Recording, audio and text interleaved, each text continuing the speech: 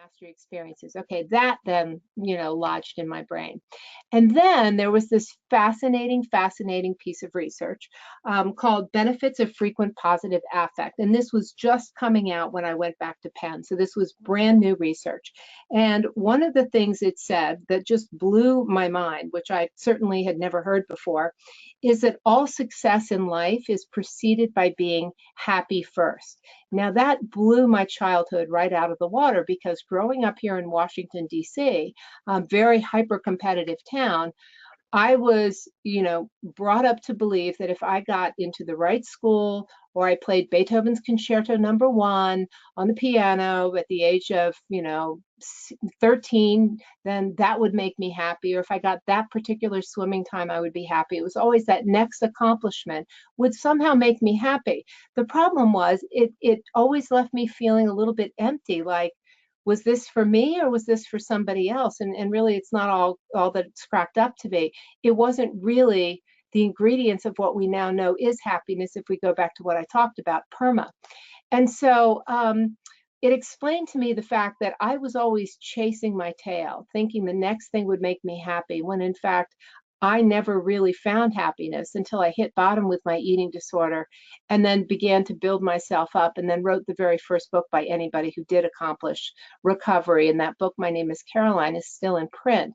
And that's when I discovered that giving away my recovery, being somebody who helped other people, was part of what made me happy. So I was chasing all the wrong things, extrinsic goals. So when I saw this piece of research, which came out in the fall of 2005, The Benefits of Frequent Positive Affect, by 3 of the top people in positive psychology, Laura King, Ed Diener, and Sonia Lyubomirsky, I thought, it was like one of those, hit your head. Wow, that explains everything. Is that when you become happy first, when you intervene on yourself, when you're using your character strengths to their highest and best use, when you're flourishing, that's when you're most likely to succeed. Why? Well, if you go back to Barbara Fredrickson's Broaden and Build, you already know here that positive emotions generate this broaden and build effect. You are more likely to connect with other people, build relationships, which means that you have this invisible and visible network of support. You have more zest, you have more hope, you have more optimism. Being flourishing first sets you up to succeed in all of these other realms of life. And it's not just financial success. No, when you look at this research, it's like a 36-page research paper, which I've probably read 100 times at this point, because to me, it's like it's like got a halo around it. It's amazing to me, because it explained everything I got wrong growing up. That when you're flourishing first, you set yourself up to be more successful with your friends, more successful with your health, more successful with your job, more successful with your community. You're even more successful with your religion and being connected to other people. You're more successful in your relationships, your love relationships, because of all the reasons I already mentioned here. Is it sets you up to have the best part of yourself, the grateful side, the altruistic side, the loving side, the connected side, the hopeful side, the zestful side. All of these things serve you well when it comes to succeeding at just about every goal. So when you think about that, when you add in the fact that if you want to succeed at your goals, you have to flourish first, you ask yourself, well, how do you create more happiness? What are the different ways you can intervene? So what you want to do is you think, okay, I'm going to voluntarily stimulate positive emotions. And you go back to this PERMA. How am I going to generate more positive emotions, engagement in life, build up my relationships, create more meaning in my life, have a purpose, and then create, achievement, the A for PERMA. You go, how am I going to stimulate all those positive emotions and situations, which will help me flourish?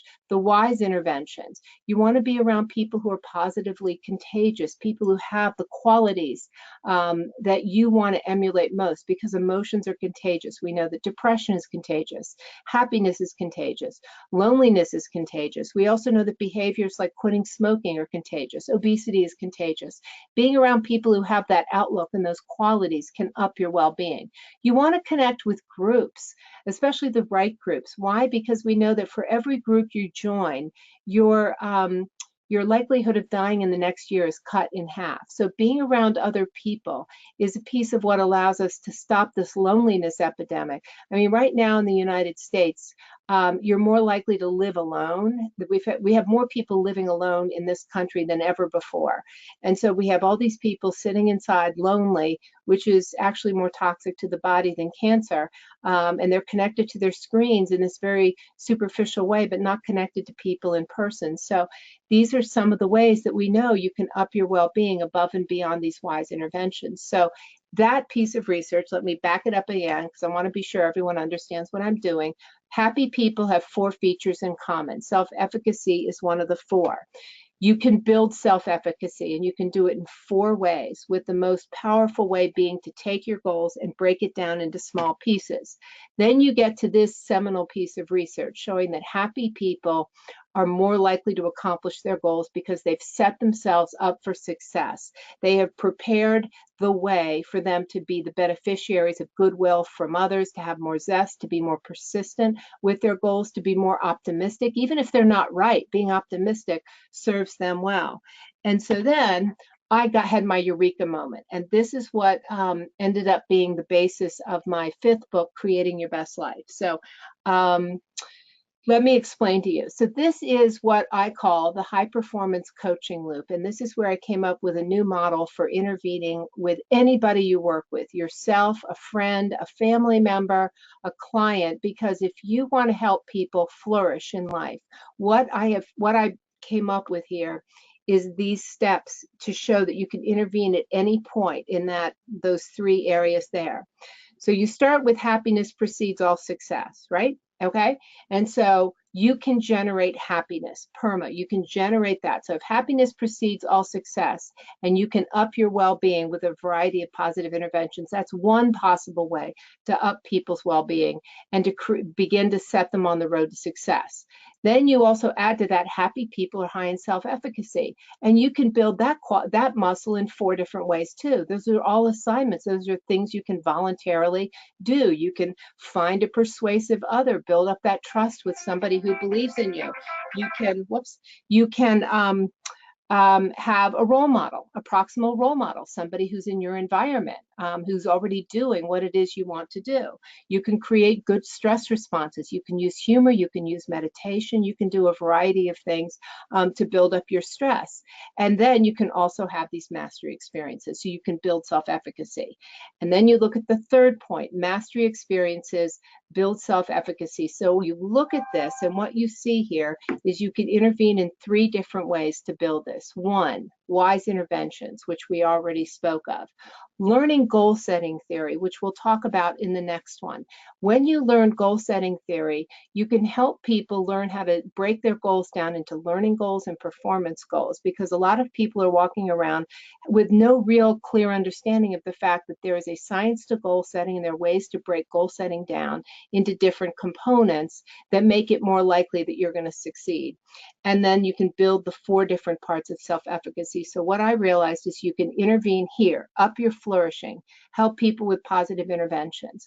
2, you can help them with goal pursuit and success by understanding the science of goal setting. When you understand goal pursuit and success, you are breaking goals down into small mastery experiences, which has the bidirectional impact of upping your self-efficacy, but also making it more likely you're going to succeed at your goals. And then it also feeds into flourishing. So you can intervene on self-efficacy, you can intervene on goal pursuit, and you can intervene on upping people's well-being. And they all feed into each other in a really nice, I call it bidirectional, but it's tridirectional, really.